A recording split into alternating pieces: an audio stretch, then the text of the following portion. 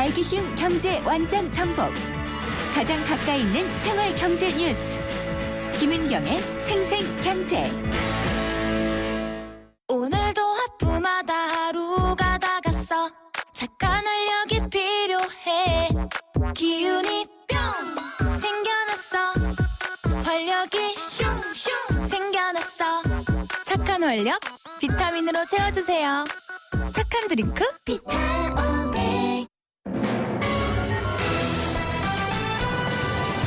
경제 뉴스의 진실과 오류. 생생경제가 떴다. 오늘의 생생 인터뷰는 청년 창업으로 태어난 북촌을 누비고 있는 인력거 얘기 해보겠습니다. 김윤경의 생생경제 3부 함께하고 계십니다. 서울의 대표적인 관광지 북촌이나 서촌 일대에서 사람들 태운 인력거 보신 적 있으신가요? 과거로 되돌아간 것 같기도 하고 외국 같기도 하고 그런데요. 이 해외 관광객들에게 특히 인기를 끌고 있는 이 인력거는요. 청년 벤처기업이 만들어낸 관광 사업이었습니다. 근데 또 이력을 들여다보면 더 흥미로운데 안정적인 외국계 증권사를 그만두고 아주 힘들 게 뻔한 벤처로 뛰어든 대표의 이력이 주목을 받고 있는데요. 아띠 인력거 이인재 대표 전화 연결해서 얘기 나눠보도록 하겠습니다. 이 대표님 안녕하십니까? 네, 안녕하세요. 네. 아니 어떻게 인력거를 사업으로 이어가실 생각을 하셨어요? 인력거를 제가 이제 외국에서 유학생 경험이 있는데요. 네. 그때 이제 외국에서는 그렇게 있다가 한국에 오니까 자동차가 굉장히 한국에서는 상전 대접을 받고 있더라고요. 네. 근데 이제 자전거처럼 인간에게 해가 안 되는 도구가 다양하게 사용될 수 있는데 네. 그런 거를 이용해서 뭔가 해보고 싶었고요. 또 한 가지는 이렇게 한국에서 와서 지내니까 친구들이 이렇게 놀러 오면은 이렇게 즐길 거리가 마땅히 없는 거예요. 아, 외국 친구들? 하고. 네. 그리고 힘들잖아요. 걸어서 그렇죠. 이렇게 오래 다니면. 그래서 예. 이런 게 있었으면 좋겠다. 아니 라고 근데 생각을 해서 시작하게 되었습니다. 사람을 태우고 달리는 네. 인력거의 라이더가 더 힘들지 않을까요? 그게 걸어서 예. 하는 것보다 쉬울 수도 있어요. 아, 그래요? 네, 그게 보기만큼 힘들진 않습니다. 네. 아니 잘 나가는 외국계 증권사는 얼마나 다니셨어요? 1년가량 다녔습니다. 1년가량 다니시고 돈 네. 많이 모아두셨어요? 조금요. 그걸로 사업 시작하신 건가요? 네, 그때랑 네, 맞습니다. 그거랑 네. 이제 제가 1년 정도 운영을 하고, 네. 이제 창조 관광 사업이라는 정부 주관 사업에 저희가 상을 받아가지고요. 아, 네, 그 상금으로 또 예. 상금으로 키워나갈 수 있었어요. 유상 증자를 하셨나요? 네, 그렇죠. 네, 그러셨군요. 지금 그러면은 사업하신 지 얼마나 됐어요? 지금 이제 3년 가까이 되었고요. 3년이요. 좀 본격적으로 한 거는 이제 2년 정도. 그러면은 이게 제가 이렇게 본격적으로 매출이랑 이런 거 여쭤봐도 될지 모르겠는데 이익은 잘 내고 계신 거예요? 저희가 아직 크게 손해는 보지 않고 있고요. 네. 네, 그때까지 한 3만 명 가량의 손님이 이용해 주셨거든요. 그렇군요. 그러면 대표님 계시고 인력거를 모는 라이더분이 몇 분인가도 관건일 것 같은데 몇 분 정도예요?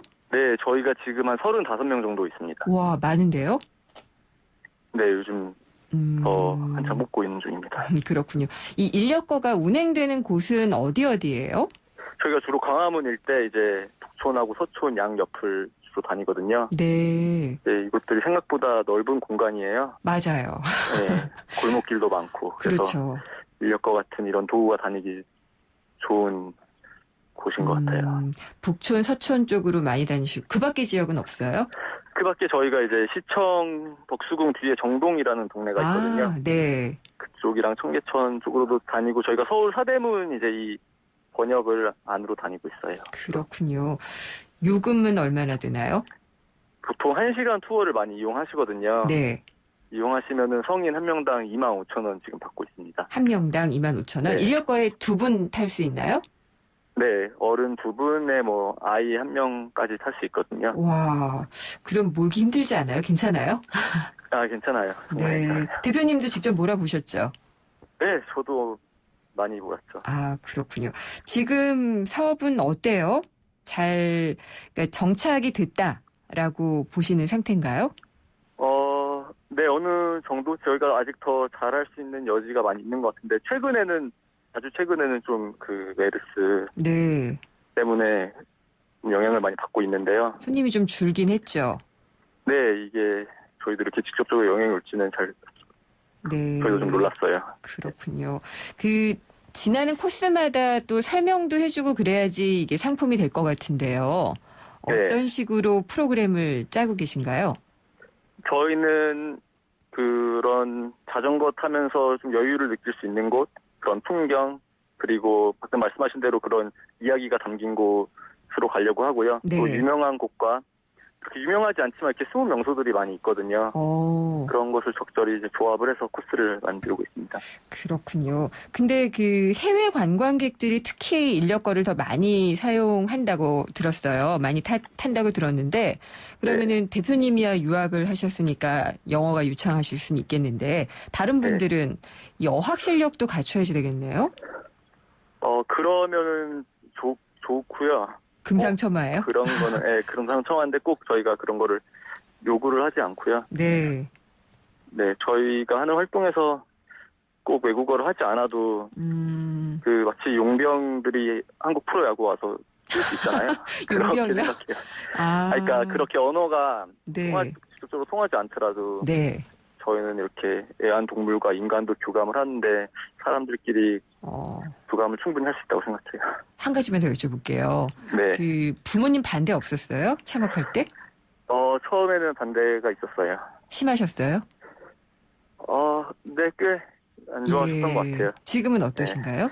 지금은 이제는 전혀 손을 떼셨어요. 터치를 안 하세요. 아, 포기하신 거예요, 혹시? 그럴 수도 있고, 근데 지금은 예. 많이 이렇게 응원도 해주시고요. 이제는 예. 괜찮아요. 부모님도 한번 타보셔야겠네요. 부모님도 타보셨어요? 좋아하시고요. 친구분도 이렇게 보시고, 네. 네, 알겠습니다. 저도 한번 타봐야 될 것 같다는 생각이 들어요. 계속 오랫동안 얘기는 들었었는데 대표님 인터뷰를 통해서 다시 한번 또 매력을 느끼게 되네요. 네, 꼭 한번 와주세요. 감사합니다. 예, 오늘 인터뷰 감사합니다. 네. 아띠 인력거 이인재 대표와 이야기를 나눠봤고요. 인력거가 운행되는 현장을 바로 연결을 해보도록 하겠습니다. 이재혁 라이더가 전화로 연결이 되어 있습니다. 안녕하십니까? 네, 안녕하세요. 네. 안 힘드세요? 지금도 운행하셨나요? 네, 이제 막 예약 하나 끝나고요. 예. 잠깐 쉬고 있습니다. 근데 목소리가 굉장히 안정적이세요. 숨 네. 막 차실 것 같은데 아니네요? 네, 지금 이제 방송용으로 지금 준비하고 있었습니다. 방송용으로 많이 가라앉히고 계셨군요. 어디 운행하셨어요? 저희 지금 삼청동 여기 북촌 위주로 다 돌고 지금 이쪽에서 쉬고 있습니다. 그 하루에 보통 몇 분 정도 이렇게 태우고 가게 되시나요? 약 5팀에서 한 10명 정도 조금 넘게 태우고 있습니다. 5팀 정도면은 네. 한 사람당 최소한 1시간은 될 거고요. 네. 예, 안 힘드세요? 조금 힘들긴 한데 예. 그래도 이 사람들하고 이렇게 교감을 하고 소통을 하니까 좀 힘든 것도 있고 더 이렇게 힘이 나는 것 같아요. 네. 그동안 모셨던 분들 중에 좀 인상 깊었던 관광객이 있다면은 어떤 분이 있었나요? 어제 같은 경우에도 이제 미국에서 어떤 동생이 왔는데 네. 입양이 됐대요. 아. 네, 입양이 됐는데 네. 한국에서 이제 부모님들은 다 돌아가셨는데 한국에 대해서 자기가 한국인이니까 너무나 알고 싶대요. 예. 그래가지고 이제 어제 그렇게 온 동생이 있었는데 그 동생이 그래도 어제 동생이라 좀 기억이 많이 남네요. 아, 그렇군요. 네. 되게 어느 나라 분들이 많으세요?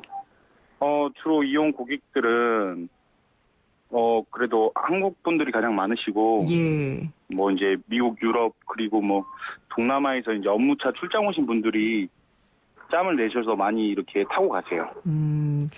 가장 그래도 보람되다라고 생각하시는 순간은 어떤 때인가요? 가장 보람되는 거는 그래도 이렇게 같은 서울 사람이어도 네. 서울 토박이지만 뭐 우리한테 이런 설명 들으면서 예. 이런 곳이 있다 오늘 처음 알았다 그런 말을 들을 때 그렇죠. 우리가 이렇게 헛된 시간을 안 보내고 예. 오늘 하루도 정말 파이팅 넘치게 보냈구나 뭐 이제 그럴 때 가장 보람찬 것 같아요. 네. 말씀만 들어도 제가 다 보람찬 느낌이 드네요. 네. 예. 저도 한번 타러 가겠습니다. 꼭 오세요. 네, 오늘 말씀 잘 들었습니다. 감사합니다. 네, 감사합니다. 아띠인력거의 라이더 이재혁 씨였습니다.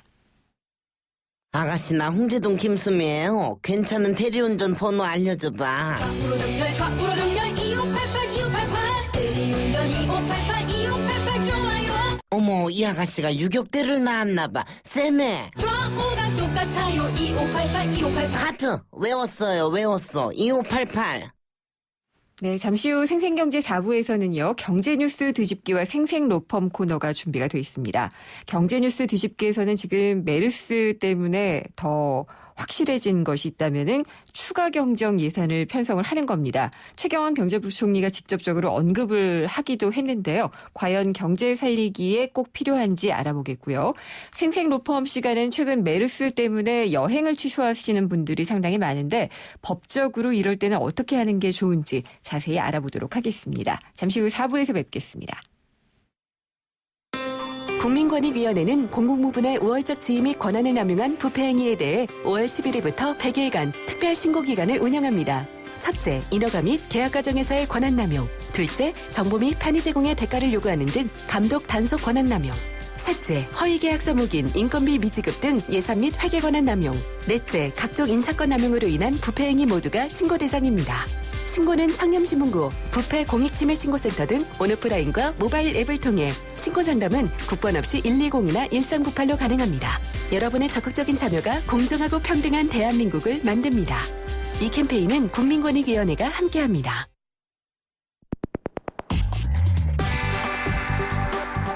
어려운 경제학은 가라. 귀에 쏙쏙 들어오는 김인경의 생생경제.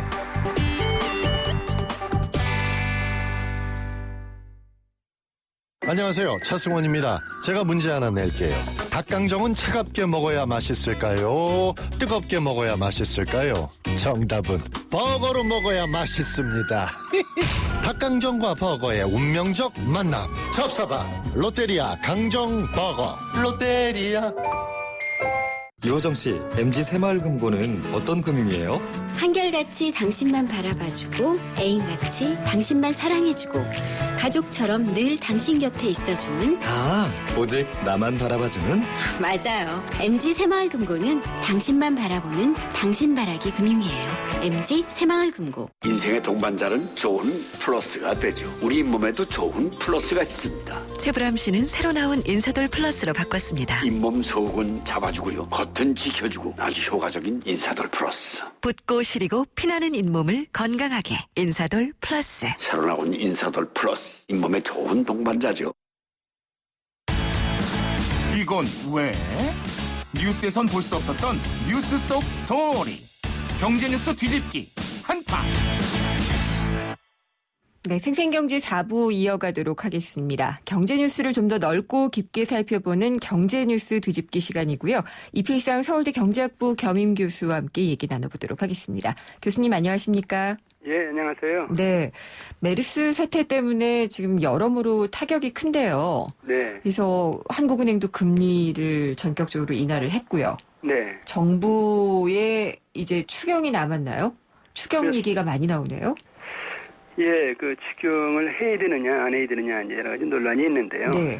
일단 급한 불은 꺼야 하니까 추경의 필요성은 있다고 봅니다. 네. 최경환 장관도 추경 편성을 고려하겠다 이렇게 밝히기도 했고요. 네. 가장 큰 문제가 관광, 유통, 음식 등의 내수 업종들이 직격 탄환 지금 맞고 있다는 건데요. 그러다 보니까 중소기업이나 영세상인들이 지금 피해를 집중적으로 받고 있거든요. 네. 이대로 나가면은 우리 국민들은 한편으로는 메르스 때문에 전염병을 앓고 또 다른 편으로는 경기 불황 때문에 생계 위협을 느끼는 그런 이중의 위기를 겪을 수 있다는 겁니다. 이게 설상가상으로 농촌에 지금 가뭄이 심각합니다. 농민들도 지금 고통이 보통 큰 것이 아닌데요. 그래서 이런 어떤 상황을 감안할 때 메르스 사태도 빨리 극복하자, 경제 불안도 잠재우자, 또 농촌 가뭄도 빨리 해소하자 이런 차원에서 추경은 편성해야 되는 것이 아니냐 그런 어떤 주장에 그 설득력을 얻고 있는 것 같습니다. 네. 그런데 여기서 우리가 좀 명확히 구분해야 될 것이 있는데요. 네. 정부가 예산을 급히 지출해야 될 곳이 지금 세 군데입니다.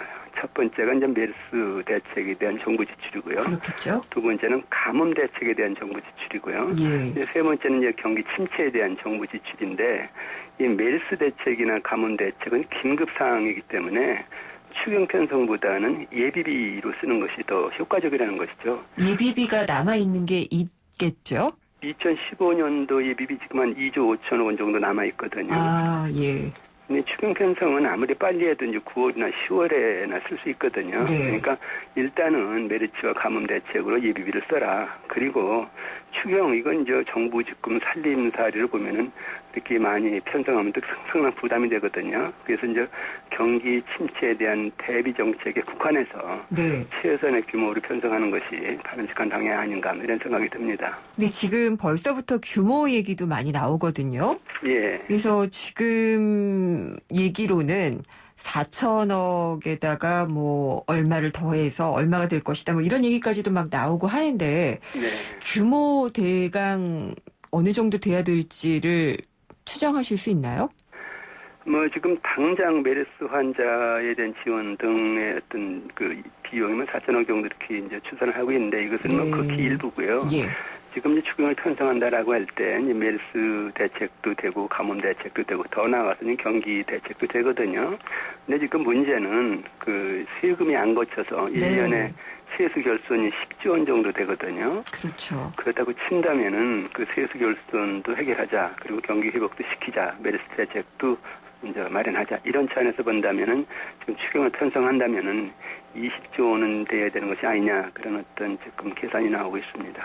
20조 원이면은 세금이 안 거쳐서 그런 거니까 세금을 더 걷어서 하기는 어려울 거고 국가가 채권을 발행해서 메워야지 되지 않을까요? 국가가 채권을 발행해서 이제 메꾸는 수밖에 없는데요. 네. 그러니까 이제 그 야당에서는 그 국가가 이제 만약에 그 채권을 발행하면은 이제 정부 부채가 엄청 늘어나니까요. 그렇죠. 재정 건전성이 악화가 되겠죠. 예, 이 법인세를 좀 정상화시키자 그런 얘기인데요. 아. 법인세를 이명박 정부 때 22%까지 내렸는데 그걸 25%까지 다시 올리자는 것이거든요. 네. 근데 이제 법인세를 올리면 이제 기업들이 또 타격을 받으니까 그렇지 않아도 지금 기업들의 경쟁력이 떨어지고 있는데 또 문제다 이런 어떤 지적도 많이 있습니다. 제가 보기에는 지금 우리나라 기업들 보면은 그 기업들 간의 양극화가 굉장히 심합니다. 네. 그래서 몇몇 기업은 잘 되고 있는데 나머지 기업들은 잘 안 되고 있거든요. 그러니까 오히려 법인세율을 좀 차등화해서 돈 많이 버는 기업, 큰 기업들은 좀 세금을 더 걷고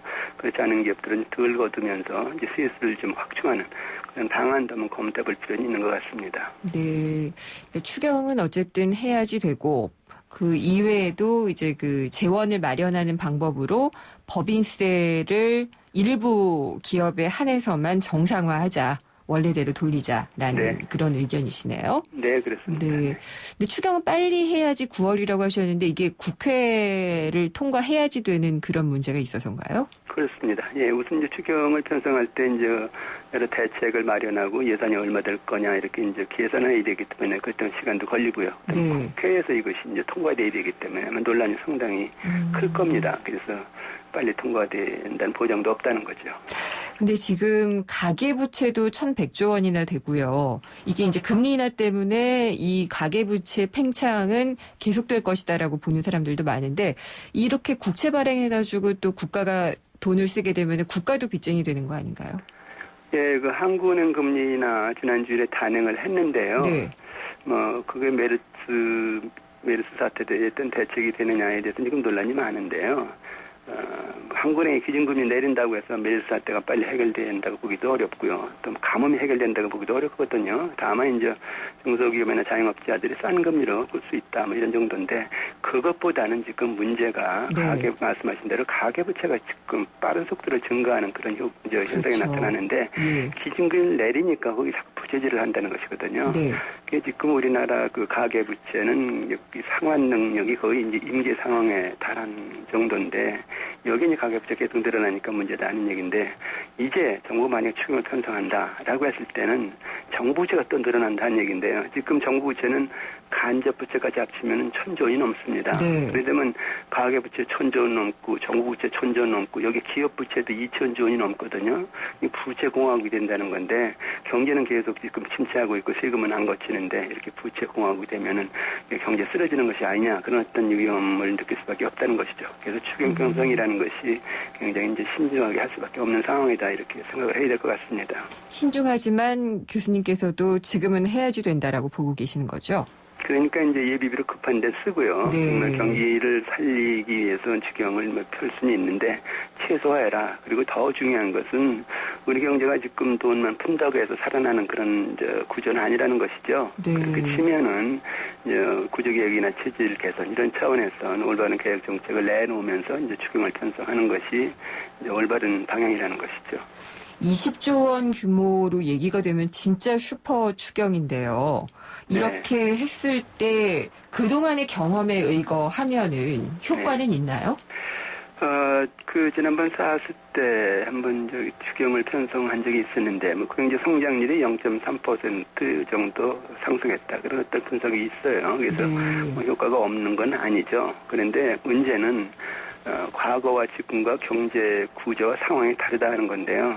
지금 우리 경제는 그 수출과 내수가 한꺼번에 감소하는, 그래서 경제 성장 동력이 꺼지는 그런 구조적인 위기라는 것이거든요. 그리고 지난해 7월부터 7경한 경기침 들어서면서 돈을 굉장히 많이 풀었거든요. 예. 근데도 불구하고 경제가 제대로 안 살아났다. 지금 그렇게 평가를 하고 있는데, 이런 상태에서 돈 더 투입을 해야 과연 무슨 효과가 있겠느냐. 빚만 늘어나는 것이 아니냐. 이러다가 빚 때문에 정부도 부도위기 겪는 것이 아니냐. 그런 우려가 더 크다는 것이죠. 그래서 과거에 조금 효과가 있던 건 사실입니다만 그것을 현재 상황에 비추어서 효과가 좀 있었으니까 이번에도 하자. 이런 것은 논리의 비약이라고 생각합니다. 네. 추경 안 하고서는 우리나라 성장률 목표대로 가기는 쉽지 않겠죠. 성장률 지금 3% 달성도 어려운데 이런 상태에서 이제 메르스 사태가 터지니까 3%가 안 될 것이다라는 것은 거의 기정사실화되고 있는 것 같습니다. 근데 지금 성장률 숫자가 문제가 아니라는 것이죠. 지금 이제 중소기업들이 대거로 무너지면서 이제 고용이 창출이 안 되고 있는데 청년 실업을 비롯해서 고용 불안이 아주 심각합니다. 그래서 이 사람들한테 일자리를 줘야 되는데 그걸 전혀 못하니까 지금 큰 문제라는 것이고요. 그렇죠. 그러니까 한쪽으로는 부채 늘고 그다음 한쪽으로는 일자리 결국은 이제 주지 못하니까 국민들은 엄청난 위기감을 느끼는 건데 여기 이제 메르스 사태까지 겹치니까 정말 국민들로서는 이제 불안과 고통이 이제 더 이상 클 수가 없는 상태죠. 네. 예, 어쨌든 경기 좀 불씨를 살리는 것은 꼭 필요해 보이고요. 필요하다면은 추경이라도 빨리 좀 추진을 할 수 있는 게 좋지 않을까라는 생각을 좀 해봤습니다. 예, 오늘 말씀 잘 들었습니다. 감사합니다. 네, 감사합니다. 이필상 서울대 경제학부 겸임 교수였습니다. 모르면 당하는 경제 법률 생생로펌.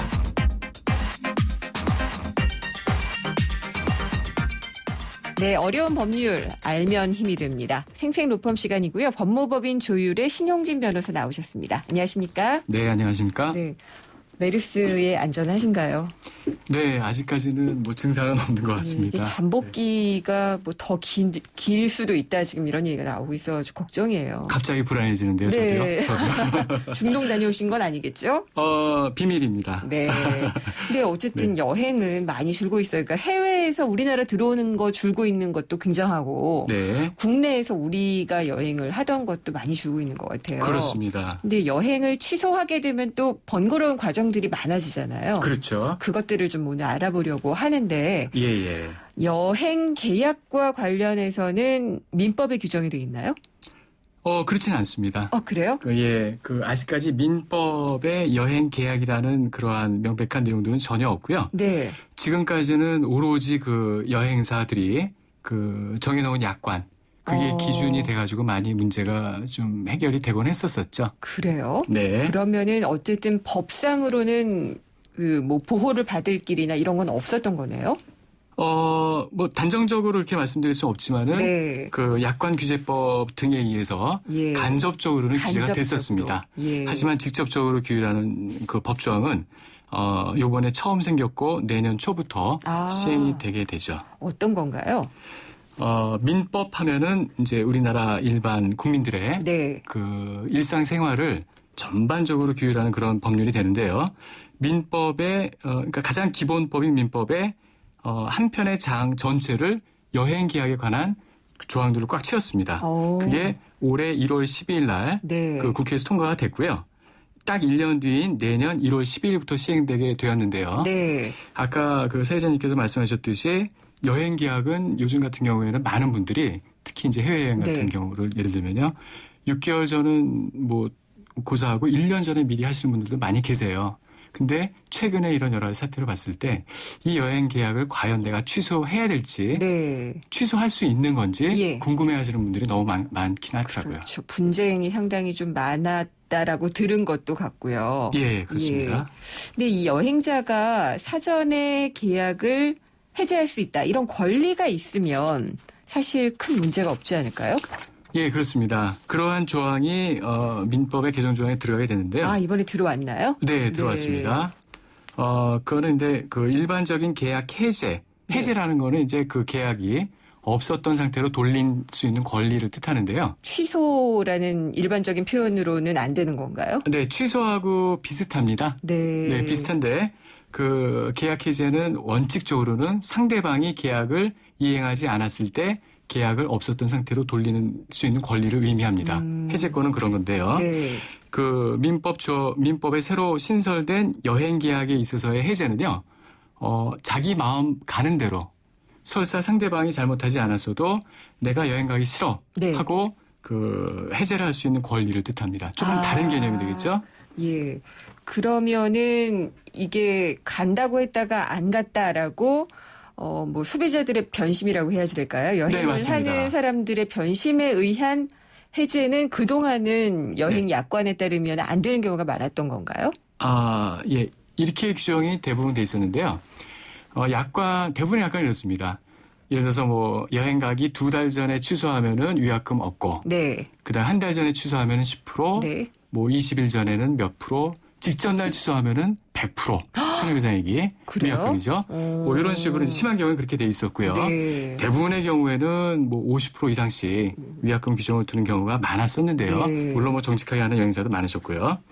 근데 이러한 이제 과도한 손해배상금 때문에 그 여행객의 입장에서는 마음대로 내가 계약 안 가겠습니다라고 해제를 할 수가 없었겠죠. 네, 그래서 억지로 다녀오는 경우가 많았습니다. 천재지변이 있을 수도 있는 거고 이번처럼 메르스 사태가 있을 수도 있는 건데. 그렇습니다. 네. 오늘의 이제 가장 궁금해하시는 부분이 이제 메르스 예. 관련일 텐데요. 네. 그거는 이제 좀 이따가 다시 한번 말씀을 드리겠는데요. 네. 그전 같은 경우에는 어쨌든 마음대로 내가 설사 그 손해배상을 조금 물더라도 해제할 수 있는 권리는 없었는데요.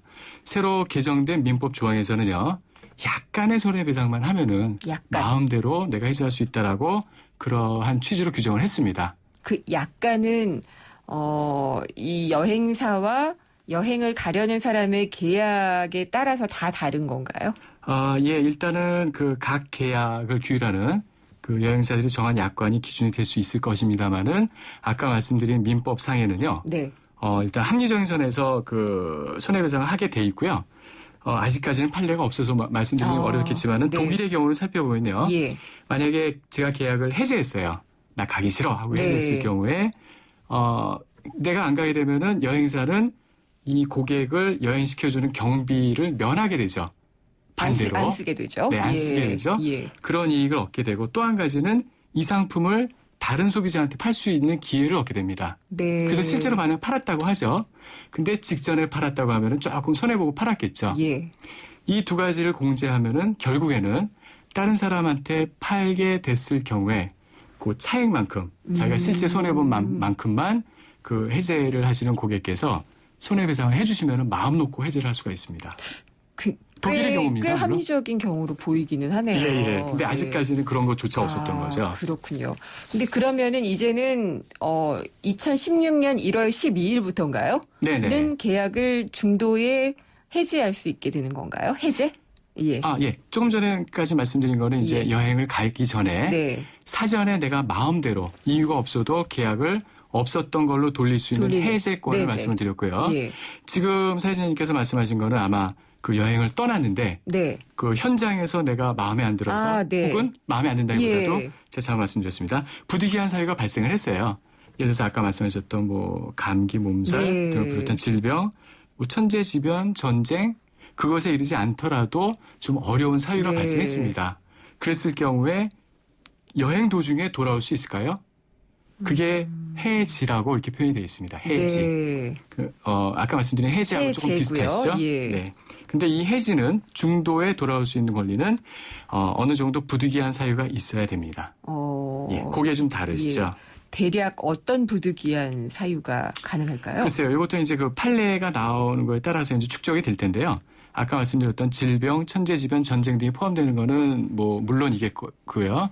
그다음에 뭐 그 한국에서 네. 뭐 급박한 사실이 생겼을 경우에 부모님이 편찮으시다든지 아니면 뭐 집에 도둑이 들었다든지 뭐 기타 합리적으로 여행을 중단해야 될 합리적인 이유가 있을 때라고 네. 말씀을 드릴 수 있겠습니다. 알겠습니다. 그러면은 여행자에게 여행자가 부담을 하게 되는 손해가 발생을 하게 되는 건가요?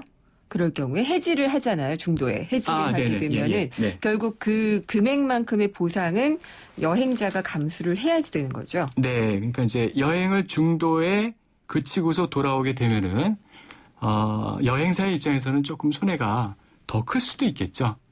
아까하고는 그렇죠. 좀 다른 경우가 생길 수가 네네. 있습니다. 다른 데 팔지 못하니까요. 예. 근데 그럼에도 불구하고 그 이전과 달리 비록 그 고객이 중도에서 여행 계약 나 여기까지만 할게라고 해지권을 행사하더라도 그 한국으로 귀환시켜야 되는 귀환 운송 의무가 또 있어요. 네, 민법 있어야죠, 조항이에요. 사실. 네. 예. 그래서 이제 안전하게 돌려보내야 됩니다. 한국에. 그랬을 경우에 귀환 운송에 필요한 비용은 내셔야 됩니다. 그게 손해배상이 되는 거죠. 조금 복잡하긴 하지만 어쨌든 아직까지는 지금 시행이 되고 있진 않지만 여행자들이 덜 손해볼 수 있도록 하는 이게 이제 마련이 되는 거네요. 네, 그렇습니다. 그러면 이 개정된 민법이 적용되기 전이잖아요, 지금은. 네네. 그럼 올해 여행을 하게 되면 어떤 법률이 적용이 되고 어떤 점들을 좀 유의를 해야 될까요? 네, 일단 지금 현재로서는 민법 조항이 없기 때문에요. 예. 약관 규제법이라는 걸로 의해서 간접적으로 규율이 될 수 있을 것 같고요. 약관이라는 것은 각 여행사들이 일반 소비자들한테 네. 계약을 체결하기 위해서 미리 정형적으로 그렇죠. 그렇게 만들어놨죠. 정해놓은 미리 예. 만들어놓은 예. 그 정형적인 계약서를 뜻하는데요. 그러한 정형적인 계약서에 고객들이 사인할 경우에는 그 내용을 모르고 하는 경우가 많기 때문에요. 일반 소비자들을 보호하기 위해서 두텁게 보호하기 위해서 계약의 부당한 해제나 해지를 그러니까 해제나 해지를 부당하게 제한하거나 네. 아니면은 고객으로 하여금 배상 책임을 굉장히 과도하게 시키거나 아니면 여행사의 책임을 과도하게 경감시키는 조항의 네. 경우에는 모두 무효가 됩니다. 그걸로만 규제받을 수 있고요. 알겠습니다. 네. 그러면 여행 약관은 꼭 내가 가지고 있는 게 좋겠네요. 그렇습니다. 네. 네. 알겠습니다. 오늘 말씀 잘 들었습니다. 감사합니다. 감사합니다. 법무법인 조율의 신용진 변호사였습니다. 이성민 선배님, 고민 있으세요? 요즘에는 은퇴도 빠르고 또 내가 아프면 애들이 고생이고 어떡하지 현빈 씨? 그러니까 받아야죠. 삼성생명 골든밸런스 통합자산분석 컨설팅. 보장부터 은퇴까지 인생 자금의 황금 비율을 맞춰주거든요. 그래? 어떻게 받지? 삼성생명 컨설턴트와 상의하세요. 기니바체 구강조윤 한신호사 관흥송안 유홍장 고문손 양대 백화남 심도 하성과차 성시만큼 운전 습관은 다양해도 타이어 수명을 보증하겠다는 생각. 마모 수명 보증제. 생각의 무브 금호 타이어. 안녕하세요. 최지우입니다. 유플러스 제로클럽 시즌2 알고 계세요? 쓰던 할부금이 남아있어도 부담 없이 지금 바로 최신 폰과 만나세요. 6개월간 할부금 제로, 최신 폰을 부담 없이 갖는 유플러스 제로클럽 시즌2. 할부원금 6개월 납부 이후 24개월 균등 상환. 7월 31일까지 자세한 사항은 홈페이지를 참조해주세요. 디자인 좀 아시는 분이라면. 천연 가죽의 부드러운 감성과 인체공학적 디자인이 만들어내는 완벽한 그립감의 가치를 아실 겁니다. 이제 스마트폰에서도 See the great, feel the great. LG G4. 네, 오늘 문자 보내주신 청취자 여러분 가운데 앤디워홀 관람권 당첨자는 1740님 외 한 명입니다. 제작진이 따로 연락드리겠고요. 다음 시간에 찾아뵙겠습니다. 김은경이었습니다.